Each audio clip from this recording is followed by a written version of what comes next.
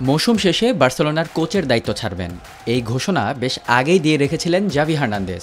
সেটাও একবার দুইবার নয়, বেশ কয়েকবার বলেছিলেন তিনি কোনোভাবেই এই সিদ্ধান্ত বদলাবেন না বলেও জানিয়েছিলেন কাতালান ক্লাবটির কিংবদন্তি এই ফুটবলার। কিন্তু হঠাৎই জাভির সিদ্ধান্তে পরিবর্তন এলো।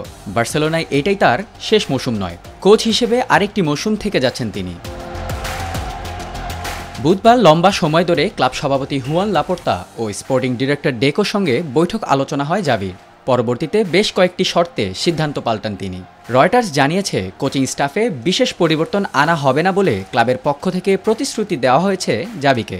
এছাড়া ক্লাব আর্থিক সংকটে থাকার পরও আগামী মৌসুমের আগে শীর্ষমানের ফুটবলার কিনতে হবে বার্সাকে। বার্সেলোনার ভাগ্য পরিবর্তনে 2021 সালে ক্লাবটির দায়িত্ব নেন জাভি। খেলোয়াড় হিসেবে দলটির হয়ে অনেক শিরোপা জেতা সাবেক এই মিডফিল্ডার কোচ হিসেবেও প্রথম মৌসুমে লিগ শিরোপা জেতান বার্সাকে। কিন্তু এই মৌসুমে ব্যর্থতার বৃত্তেই ঘুরপাক খাচ্ছে বার্সা।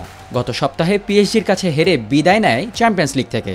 আর লা লিগায় রিয়াল মাদ্রিদের চেয়ে এখনও 11 পয়েন্ট পিছিয়ে আছে ক্লাবটি।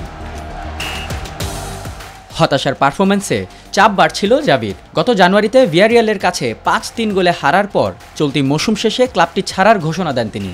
কিন্তু ইউটার্ন নিয়ে পূর্বের চুক্তি অনুযায়ী 2025 সালের জুন পর্যন্ত বার্সাতেই থাকবেন জাভি। তবে বিবিসি জানিয়েছে 2024-25 মৌসুমেও বার্সার পারফরম্যান্সের উন্নতি না হলে জাভিকে বাদ দিয়ে কোনো হাই প্রোফাইল কোচের পেছনে ছুটবে বার্সা।